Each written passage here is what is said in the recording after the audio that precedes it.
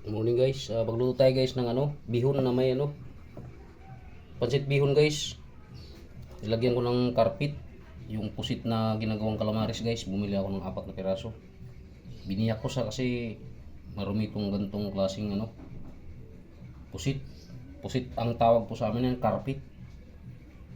Gigisahin natin guys, parang semi adobo. Lagyan natin ng pancit bihon. Ito na po yung ating Ricardo. Hinahanda na natin yung ating kawali guys. Ito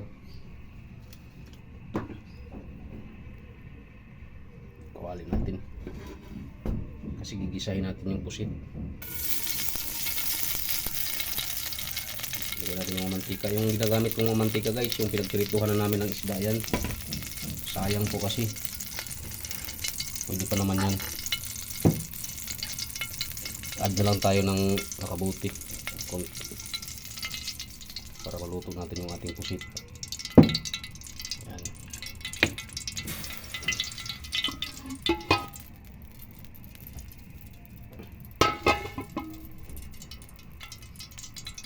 Pusit na may bihon mga kabi.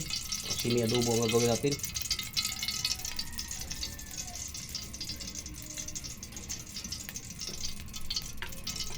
Lakasan natin yung ating apoy guys kunti. Yan.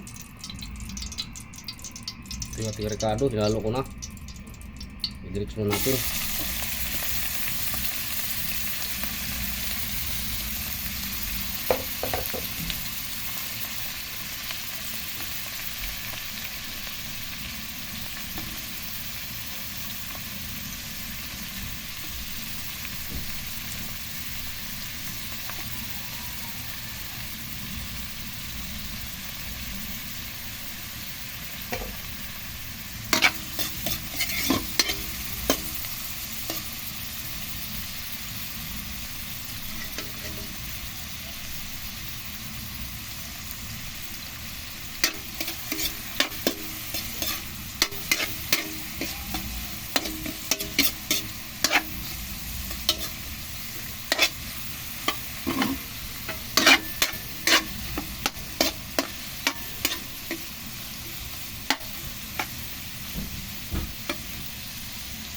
Balikan namin kayo guys pag gisa natin.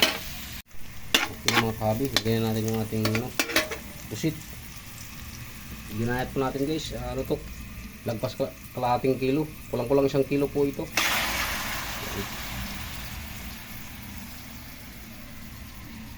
Biniyak ko yan guys. Tinanggal ko yung laman loob.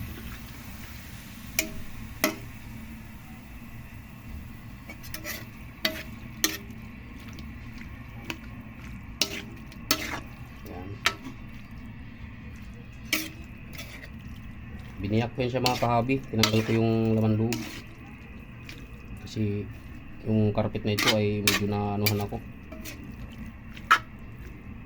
Hindi nga ako ganong bumibili nito, gusto ng misis ko adubuhin daw na may pancit bihon. Hindi gagawin natin mga kahabi.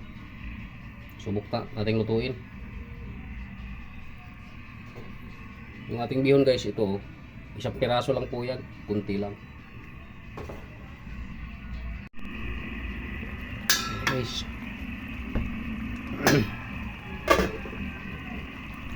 ito na natin pusit. Nagtubig na, hindi ko po sinabawan yan mga kahabi. Nagtutubig lang po siyang kusa yan kasi luto na siya guys. Ilagay na natin yung ating ating pansit. Nabubulol na ako mga kahabi, excuse me po. Ilagay na natin yung ating pancit bihon. Yan.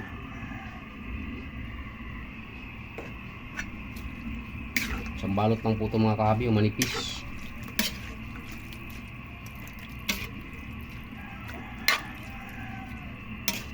Kailangan yung ganitong pusit mga kahabi, pakalutuin nyo kung magluluto kayo.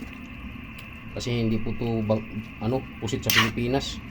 Yung po itong nakapak po ito, nakalagay po yan sa kahon. Hindi ko po alam kung saan galing yan, na yan. Sa mga palengke nakapak po yan, nakaprosin pusit po yan siya. Yung ginagawa ng mga magtitinda, dinidipros lang po nila yan ng matagal para maghimay-himay mga ano yung mga pusit na ito, magkakahiwalay at pagka-individual na siya. Ano yung ating resulta guys. Kasi mahilig yung mga bata sa sabaw guys, mag-add tayo ng tubig. Add tayo ng tubig kunti mga kahabi kasi mahilig yung mga bata magsabaw-sabaw sa kanin. Ano guys. Oh, ano guys.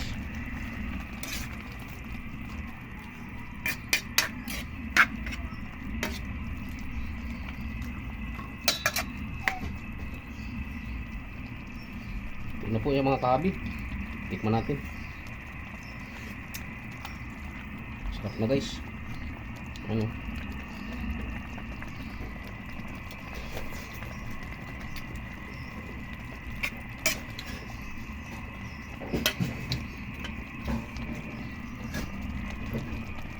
Hanguin na natin mga kahabi.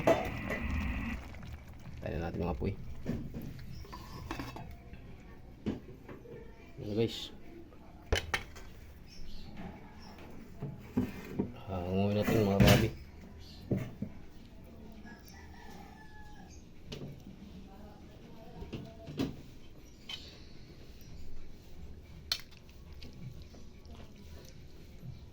Ano siya mga kahabi oh.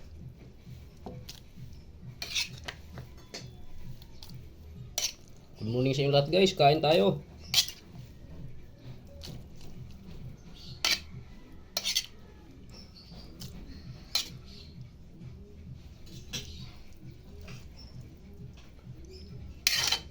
Maraming salamat sa inyong suporta. Ito nga tatapos yung aking video guys.